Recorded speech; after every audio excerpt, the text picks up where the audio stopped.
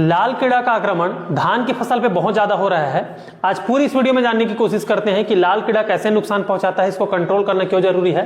लाल कीड़ा, इसे red worm के नाम से भी जाना जाता है। जब पौधे की जड़ों को उखाड़ करके देखोगे तो जड़ों पे आपको कुछ इस तरह के रेड कलर के कीट नजर आएंगे। मतलब ये एक प्रकार से केचुआ की तरह दिखेगा आपको, एकदम पतला रहेगा और लाल कलर का रहेगा। ये जड़ों को कैसे नुकसान पहुंचाता है आगे देखते हैं।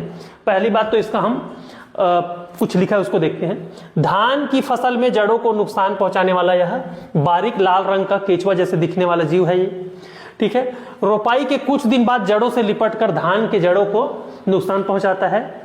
इससे पौधे पीले पड़ने लगते हैं, कल्लों का विकास रुक जाता है और पौधा कमजोर होकर गिरने लगता है। सीधी सी बात है, अगर जड़ को नुकसान पहुंचाएगा, जड़ को किसी भी तरीके से हानि पहुंचा रहा है, मतलब पोषक तत्व तो ऊपर नहीं जा पाएगा।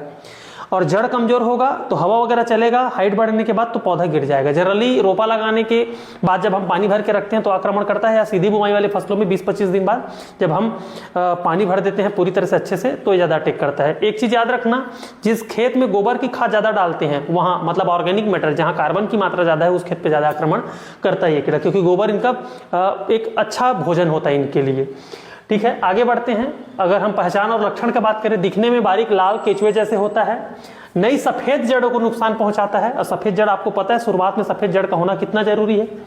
पौधों का पोषण रुक जाता है, खेत में हरियाली कम हो जाती है, पीलापन नजर आता है, ठीक है। हरियाली कम आएगी और पीलापन नजर आएगा, मतलब समझ जाना लाल कीड़ा का आक्रमण कहीं ना कहीं है। अधिक नमी या लगातार पानी भरे रहने की वजह से इसका प्रकोप ज्यादा होता है, ये कारण होता है।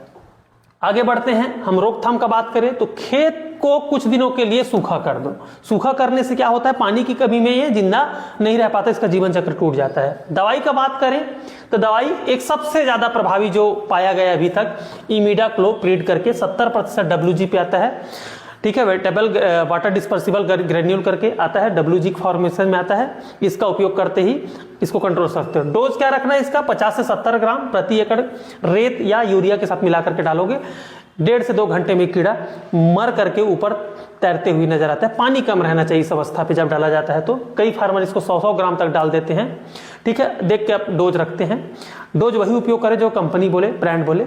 ये आप इस तरह से कंट्रोल लाल कीड़ा को कर सकते हो। डेफिनेटली इस दवाई को डालने के बाद लाल कीड़ा या रेड वर्म जिसे बोलते हैं वो नहीं बचता। वीडियो अच्छा लगे तो बिल्कुल शेयर कीजिएगा। धन्यवाद।